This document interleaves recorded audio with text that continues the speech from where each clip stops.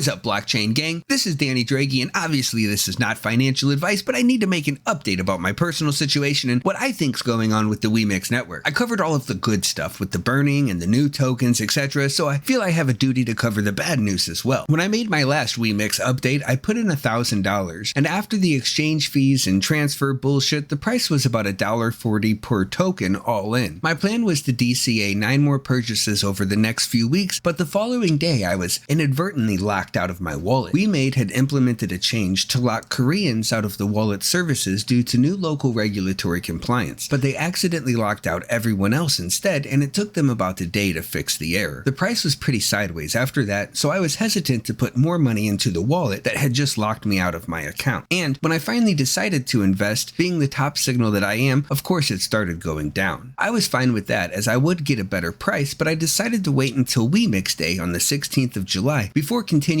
or discontinuing with this strategy. Of course, I was underwhelmed with the Wemix Day announcements. I was expecting playtest of Legends of Ymir and Mir 5 to come much sooner, and more news about OpenSDK and more games launching. Instead of solutions to the current problems, Wemade launched a new token, which seems to be their go-to strategy whenever shit hits the fan. Help, we're being investigated for fraud by the Korean government. Maybe we should put out a new token. Oh no, bots are invading our game and real players can't log in. I bet a new token will keep them out. What do we do with these worthless tokens in games that will never be released?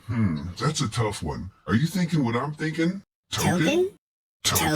By God, you're a genius. Someone give this guy 1 billion tokens. What should we call this one? Well, we're all out of dragon pseudonyms. You know, who cares? Just call it the play token. Yeah, those stupid motherfuckers will buy anything. I figured the market also thought the announcements were underwhelming, which is why the price kept falling. Then I read about Henry Chang. Now, I knew he was the CEO, and he stepped down back in March. But when he stepped down, it was to second in command, so I figured it wasn't that big of a deal. But then I read that he sold all of his stock in the company and liquidated all of his Wemix tokens. If you're not aware, this guy's been getting paid in Wemix tokens for about 2 years. I'm still not sure what happened, but I know he is taking a substantial loss based on the previous 2-year average prices. I'll probably wait it out until it seems like we have hit bottom and buy another $1,000 in Wemix to cover my losses for a long-term hold until more games are out and the new minting mechanics have been in use, as long as we have been without it, which will probably be about 1 to 2 years. The next thing I want to discuss is this whole price difference fiasco. Essentially, if you look at any exchange, you will see Wemix is around $1 right now. But if you look on the Wemix Play wallet, it's at $1.20. This isn't always as high as 20%, but fluctuates with rapid changes in prices. Let me break down what this means in 3 different scenarios. If I put in $100, I'll get about 100 Wemix tokens, but when I transfer that to the Wemix Play wallet, those 100 tokens will have the appearance of being worth $120, which is downright deceptive since it changes the buying power. Now, if I buy the Crow token at 75 cents, I'll get 160 Crow tokens instead of 133 you would think $100 would afford. In other words, because of the difference in prices, I'm getting 16.6% more tokens. Now, pretend 6 months later I decide to quit the game. Wemix price is the exact same, and I cash out those 160 tokens into 100 Wemix and that Wemix for $100. I would break even, so it's as if there was no tax or benefit since I still had to cash out 160 tokens. Now let's take another player,